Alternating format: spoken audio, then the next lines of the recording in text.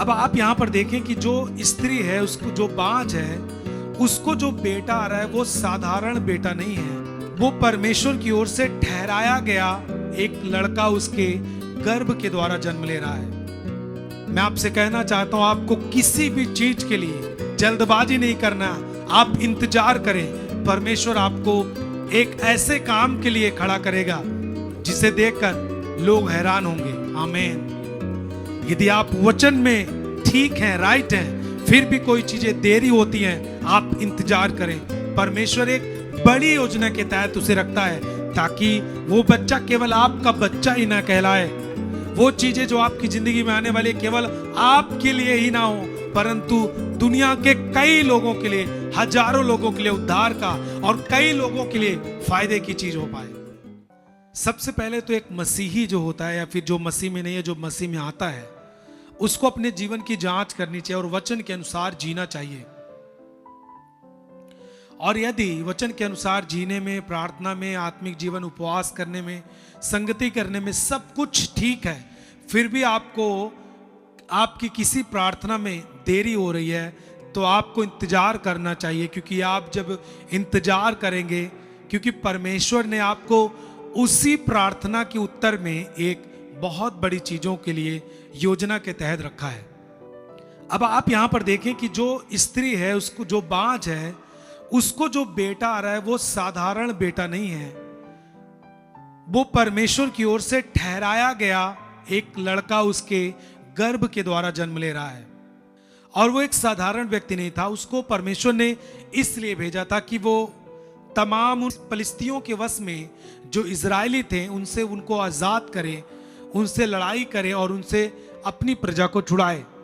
और मैं आपको एक नहीं कई उदाहरण दे सकता हूं कि जो भी बाँझ कहलाने वाली स्त्रियां थी, जिनको कई साल संतान न होने पर उनकी गिनती बाँझ में होने लगी और उनको देरी हुआ बच्चे पाने में, संतान होने में, लेकिन जब उनको परमेश्वर ने संतान दिया तो वो संतान अन्य लोगों की संतान से अलग थी और एक अलग काम के लिए चुने गए थे। परमेश्वर दूसरों को भी संतान दिया है, लेकिन जिसको देरी हुई है, सब कुछ करने के बाद भी, प्रार्थना करने के बाद भी, उपवास करने के बाद भी, हर आत्मिक यत्न करने के बाद भी यदि आपको देरी होती है, तो आपको मसीह में ठहरे रहना चाहिए और आपको इंतजार करना चाहिए। क्योंकि जो आपकी जिंदगी में आने वाला है, जिस चीज के लिए आप प्रार्थना कर रहे हैं और देर हो रही है, वो चीजें जो आएंगी वो एक सिंपल और अन्य लोगों की तरह आपकी जिंदगी में नहीं आने वाला है, वो एक बड़ी योजनाओं के तहत आने वाला है। इलीसिबा और जकरया, उनके पास भी बच्चे नहीं थे, लेकिन जो उनके पास बच्चा आया वो यूहन्ना था। एक भविष्यवक्ता के रूप में आया जो यीशु मसीह के आने से पहले लोगों को बपतिस्मा देता था और यीशु मसीह के लिए तैयार करता था। अब्राहम के पास कोई संतान नहीं थी, उसकी भी पत्नी बाँझ कहलाती थी, और उसको भी जब परमेश्वर ने बच्चा दिया, उसके द्वारा पूरा वंश उसको चलाया गया, इसहाक उसे मिला। ऐसे ही सामुएल भी आया हन्ना के द्वारा, वो भी बाँझ थी, लेकिन जब उसको परमेश्वर ने पुत्र दिया, वो पुत्र भविष्यवक्ता था। मैं आपको कहना चाहता हूं, कोई भी चीजें आपकी जिंदगी में देरी होती है, यदि आप वचन में ठीक हैं, राइट हैं, फिर भी कोई चीजें देरी होती हैं, आप इंतजार करें। परमेश्वर एक बड़ी योजना के तहत उसे रखता है ताकि वो बच्चा केवल आपका बच्चा ही ना कहलाए।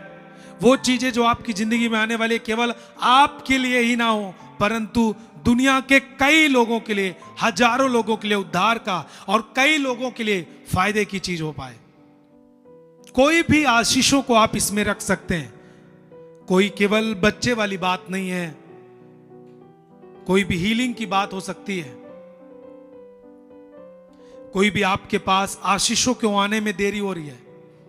जैसा कि बहुत सारे लोगों को लगता है कि कब चर्च खुलेगा, कब चर्च खुलेगा, बहुत देर हो रही है और ऑर्डर आने में बहुत देर हो रही है, कैसे होगा। मैं आपसे कहना चाहता हूं, जिस प्रकार आप मुझे सुन रहे हैं, जब वो बाँझ का पुत्र आया, जब परमेश्वर ने उसको पुत्र दिया, प्रोफेटिक दिया वर्ड, और जब वो पुत्र आया तो उसने लोगों को छुड़ाने के लिए काम किया और वो परमेश्वर की ओर से दिया गया चुना हुआ पुत्र ठहरा।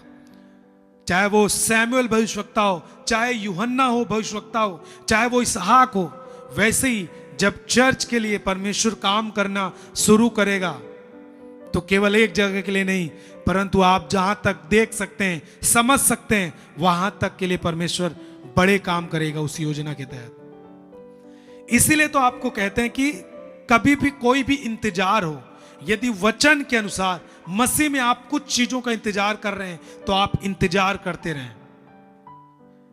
पुराने लोग भी कहते हैं कि इंतजार का जो फल होता है वो मीठा होता है, क्योंकि परमेश्वर जानता है कि जिसे इंतजार करवाया गया है, यदि उसके जीवन में इंतजार के बाद कोई बड़ा प्रतिफल ना मिले तो उसका जो दुख होता है वो कभी आनंद में नहीं बदलता है।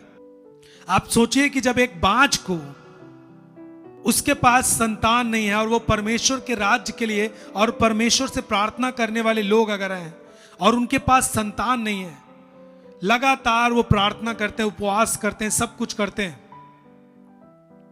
और यदि परमेश्वर उनको ऐसा बेटा दे जो अन्य लोगों के बेटों से अलग हो, दुनिया की नजर में परमेश्वर ने उसको अलग ठहराया और उसको अलग नियुक्त करके पैदा करे, आप समझ सकते हैं वो सारा टाइम, वो सारा दुख भूल जाते हैं लोग।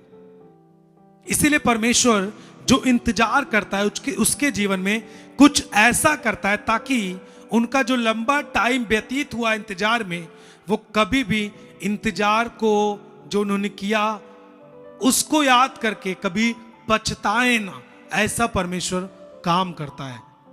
जवानों, जितने भी मुझे सुन रहे हैं, यदि आप पवित्रता में जी रहे हैं और परमेश्वर के कामों में आप हैं, मैं आपसे कहना चाहता हूं आपको किसी भी चीज के लिए जल्दबाजी नहीं करना, आप इंतजार करें। परमेश्वर आपको एक ऐसे काम के लिए खड़ा करेगा जिसे देखकर लोग हैरान होंगे। आमीन। यदि आप साधारण चाहते हैं अन्य लोगों की तरह तो आपको भी तुरंत मिल जाएगा, लेकिन कुछ अलग चाहते हैं तो आपको थोड़ा टाइम व्यतीत करना पड़ेगा। मैंने एक मसीही बहन को इसलिए प्रभु से दूर जाते देखा, उसने कहा कि जब मुझे नौकरी अब मिलेगी तभी मैं चर्च आऊंगी या फिर मैं चर्च आके प्रभु से प्रार्थना करूंगी, उसके पहले अब मैं नहीं आ सकती। आप समझ सकते हैं कि इंतजार ना करने से आप अपने उद्धार से भी दूर चले गए। जल्दबाजी करेंगे तो आप गलत कदम उठाएंगे, इंतजार करेंगे आप तो आप समझदारी से चल सकते हैं। कोई भी जवान जल्दबाजी करके कुछ नहीं कर सकता। हर चीजें आपको सोच समझ करके और इंतजार करके करनी होंगी।